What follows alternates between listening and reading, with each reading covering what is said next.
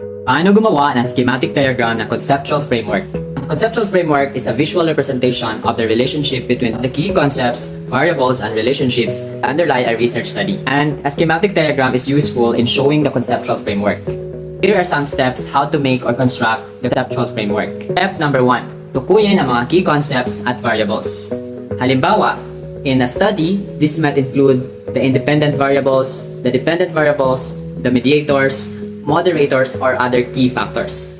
For example, of independent variables could be environmental factors, societal factors, and economic factors. And the dependent variable could be satisfaction level. Now that you have identified the key variables and concepts, in step number 2, organize the concepts and the variables. Group related concepts together or place them in a sequence that reflects the order in which they occur in the research process. For example, environmental factors may involve waste disposal system, extent of pollution. Societal factors may involve peace and security and community welfare. And another factor for economic factors, these may include job security and wage level or price level. Step number 3. Identify the relationship of each variables.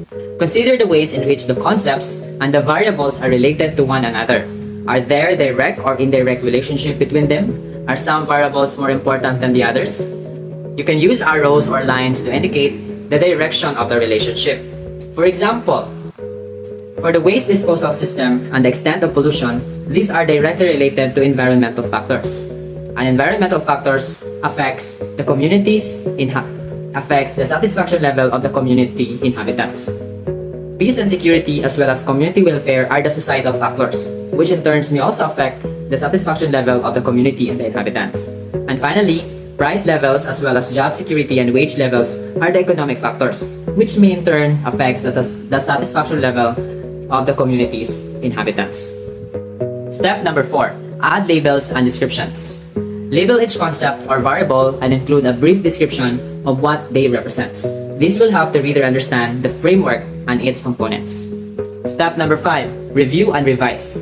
Once you have created a draft of the schematic diagram, review it carefully and revise as needed. Make sure that the diagram accurately represents the key concepts, variables, and relationships in your study. Step number 6. Use appropriate software.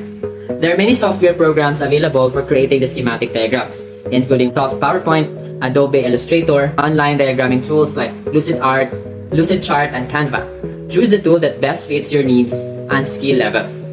Number 7. Seek feedback.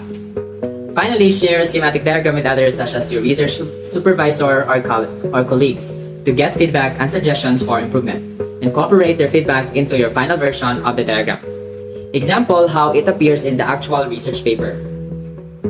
There you go! I hope that by following these steps, you will be able to draft the conceptual framework of your research paper. I hope this video helped. If you have questions, feel free to comment it down below. Thank you for watching, mga ka-wise researchers!